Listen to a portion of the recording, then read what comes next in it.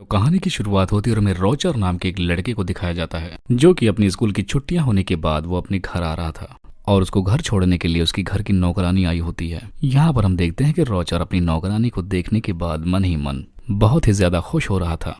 अब हम देखते हैं कि वो घर पहुंच जाने के बाद अपनी मॉम से मिलता है, लेकिन उसकी मॉम की नजर उसके गीले पैंट पर पड़ जाती है। दरअसल यहाँ पर हम जान पाते हैं कि रॉजर ने अपने नौकरानी को देखते हुए अपनी पैंट को गीला कर लिया था, जिसको उसकी मॉम देख लेती हैं। अब अपने घर के अंदर जब वो आता है तब वहाँ पर वो अपनी सिस्टर से भी मिलता है, जिसके बाद उसकी सिस्टर उसे अपना घर और जंगल घुमाने के लिए लेकर जाने लगती है। अब जब वो जंगल में जाता है तभी उसकी वही नौकरानी उसे फिर से मिल जाती है। जब वहाँ पर उसकी नौकरानी को इमरजेंसी लग जाती है तब वो वहाँ से भागने लगता है, लेकिन तभी भागते हुए उसका पैर फिसल जाता है और वो नीचे गिरता है। तभी उसे पता चलता है कि जंगल से किसी और की भी आवाज आ रही है, और जब वो उस आवाज की तरफ और पास जाकर देखता है तब पता चलता है उसे कि उसके घर की नौकरानी किसी और आदमी के साथ वहाँ पर रोमांस कर रही है। और ऐसा देखकर रॉजर फौरन अपने घर पर आ जाता है। अब जब वो अपने घर के कमरे में होता है तभी उसे फिर से आवाज सुनाई देने लगती है। अब जब वो अपने दरवाजे से बाहर देखता है तभी उसकी नौकरानी उसे दिखाई देती है, जो कि अपने रूम से आधी ही बाहर निकली होती है और वहां भी कोई उसके साथ इंटीमेट हो रहा होता है। अब जब ये अपनी बहन के साथ सोने लगता है तब उसकी बहन उसे बताती है कि हमारे घर में जो आंटी रहती है वो अभी तक वर्जिन है। अब अगली सुबह उसकी सिस्टर फिर से उसे जंगल घुमाने के लिए लेकर जाने लगती है। तब उसकी नजर वहां पर पड़ती है कि जहां पर उसके घर की नौकरानियां नहाने के लिए आया करती हैं, और तभी वहां पर एक एक करके उसके घर के नौकर भी आने लगते हैं। और इन तीनों नौकरों को देखने के बाद यहाँ की नौकरानियां अजीब अजीब इशारे भी करने लगती हैं। अब इसके बाद हम देखते हैं कि रॉजर नौकरानियों को और भी करीब से देखने की कोशिश करता है, लेकिन वहीं का एक नौकर उसे ऐसा करते हुए देख लेता है और उसको वहां से फौरन जाने के लिए कहने लगता है। तभी उसे वहां पर उसकी सिस्टर मिल जाती है, जो कि उससे पूछती है कि अब तक तुम कहाँ गायब हो गए थे। अब इसके बाद उसकी सिस्टर उसे पास ही की चर्च में लेकर जाती है और उसको वहां से चर्च की छत पर लेकर जाती है। और वहां पहुंचने के बाद वो दोनों देखते हैं कि वहां पर रॉजर की आंटी आई हैं, जो कि चर्च के फादर से कहती हैं कि जब से हमारे घर में रॉजर आया है तभी से मैं उसे पसंद करने लगी हूँ और मेरा बस दिल कहता है कि मैं उसके साथ अपनी हर रात गुजारूं। अब जब रॉजर को ये बात पता चलती है तब वो बहुत ही हैरान हो जाता है। अब वो उसकी आंटी को बहुत ही करीब से देखने की कोशिश करता है ताकि वो उसे अच्छे से देख सके।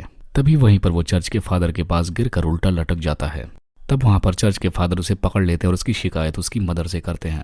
तब उसकी मदर पूछती है कि आखिर इसकी सजा क्या होनी चाहिए। तब फादर कहते हैं कि इसे पीछे से 100 बार मारा जाए, और ये सब कुछ उसकी नौकरानी और सिस्टर देख रही होती है। अब इतना सब कुछ होने के बाद हम देखते हैं कि रॉजर अपनी सिस्टर के साथ फिर से सोने के लिए आ जाता है, लेकिन तभी वो बाहर देखते हैं कि उसकी एक नौकरानी फिर से किसी के साथ इंटीमेट हो रही होती है। और अब जब वो उस शख्स को देखने की कोशिश करता है तो वो आदमी दिखाई नहीं देता। अब जब वो नौकरानी रॉजर के पास आती है तब वो उससे पूछता है कि आखिर बाहर कौन है जो कि सरेआम ऐसे काम करता है। तब वो नौकरानी रॉजर से कहती है कि ये हम सब लोगों का सीक्रेट है, और बस वो इतना ही कहकर वहां से चली जाती है। अब थोड़ी देर बाद रॉजर को वहां पर एक बुक मिलती है जो कि हवस भरी कहानियों से भरी होती है।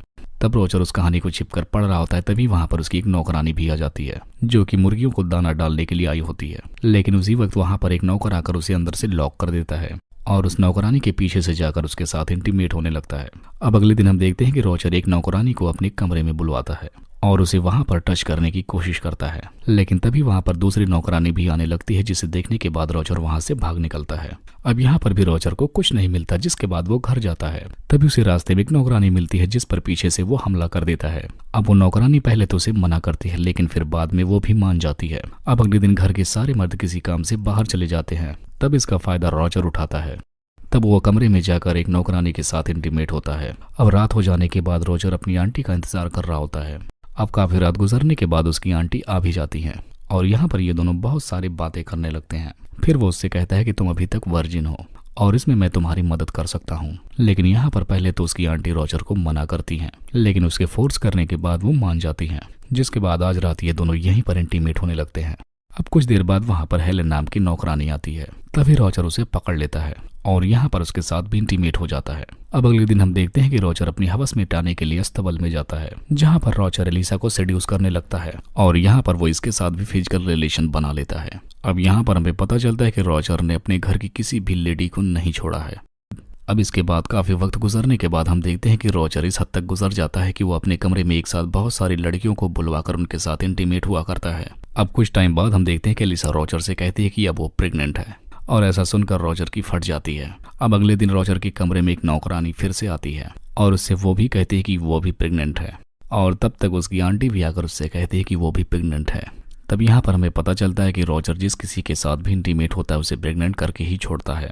अब इसके बाद यहाँ पर रॉजर की स्कूल की छुट्टियां खत्म हो जाती हैं और अब वो अपने स्कूल वापस जाने के लिए रेडी हो रहा होता है। तभी वहाँ उसके पास एक और लड़की आती है जो कि उससे कहती है कि वो भी प्रेग्नेंट है और ये बेबी तुम्हारा है।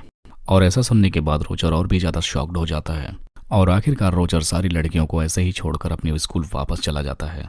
और इसी को दिखाते हुए इस कहानी का यहीं पर एंड हो जाता है।